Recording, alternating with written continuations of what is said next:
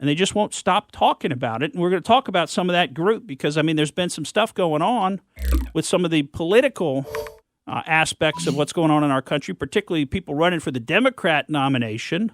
You know, I don't know if you saw, but Beto has dropped out of the race. I mean, a single tear rolled down my cheek. No, he'll never give up, right? Because remember, he was born for this. He was made for this. This is his time. Well, somehow it didn't work out.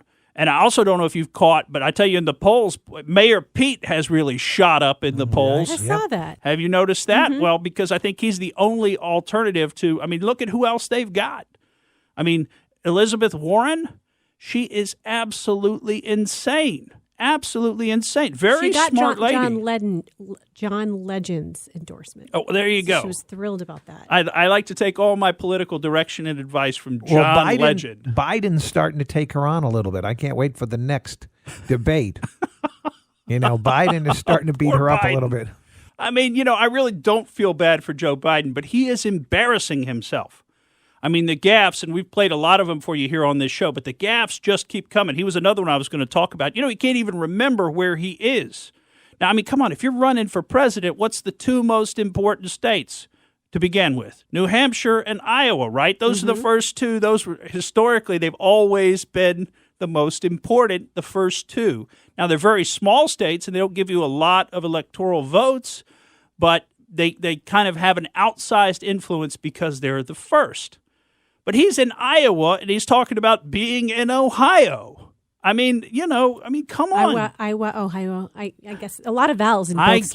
I get it. I do get it. But you know what it is it's you can't be making gaffes like that over and over and over again because people are going to start to get the idea that maybe you're not all there, Uncle Joe. Creepy Uncle Joe. Maybe you're not all there. And then what he did in Des Moines was he's up in front of the crowd. This is Iowa, obviously, Des Moines, Iowa.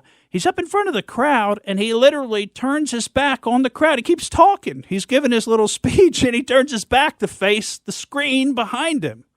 I mean, come on, this is like, this is public speaking 101. You don't turn your back on your audience. Now, I've heard people say, oh, well, there were some people sitting behind him, and he was trying to turn and talk to them. And I haven't heard anybody say it, but if you ever watch one of President Trump's rallies, he turns around a lot. Now, he doesn't do it while he's talking, typically. He turns around to kind of like receive applause from the crowd behind him and point at people and clap for himself and things like that. I mean, if you've never watched a President Trump rally, it's really something to be seen. He is the most masterful when it comes to managing media and television and the cameras of anybody in the field right now. Thank you for listening to the Morgan Streetman Show. We hope you enjoyed what you heard, and if you did, please click like and subscribe to help us out. And remember that we recommend that you exercise your brain at least once a week.